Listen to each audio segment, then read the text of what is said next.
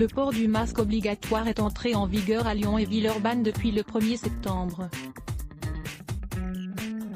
La police effectue des contrôles dans les zones d'affluence. La mesure est bien appliquée sauf dans de nombreux établissements.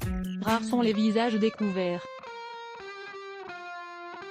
Dans les rues de Lyon et Villeurbanne, le port du masque semble s'être massivement généralisé. Seuls, quelques réfractaires continuent de le porter sur le menton ou sur la bouche, d'autres en sont tout simplement dépourvus.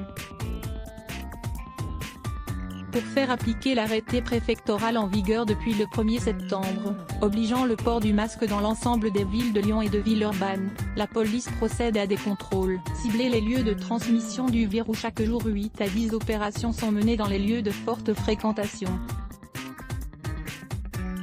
Les stations de métro, les abords de la Part-Dieu, le quartier de la Guillotière, les berges du Rhône sont privilégiés. L'objectif n'est pas de verbaliser mais de faire de la pédagogie.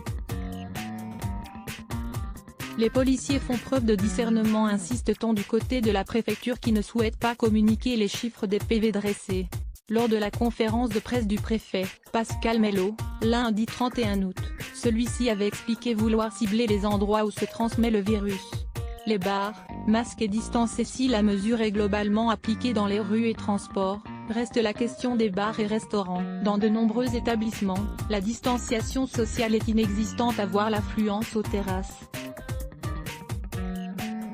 Laurent Duc, président de l'UMI, s'insurge contre ces lieux qui ne respectent pas les règles. On ne peut pas laisser faire des établissements laxistes. C'est irresponsable. La méthode douce a fait son temps. Pour le représentant des métiers de l'hôtellerie, il faudra à la fois sanctionner et aider la filière en prolongeant l'autorisation des terrasses, déjà prorogée jusqu'à fin octobre, et en obligeant les propriétaires à baisser les loyers. 135 € d'amende. La préfecture du Rhône annonce un renforcement des contrôles des établissements en s'appuyant sur les signalements. Les contrevenants s'exposent à une amende de 135 € et les établissements à une fermeture administrative. Let's block ADS. Why?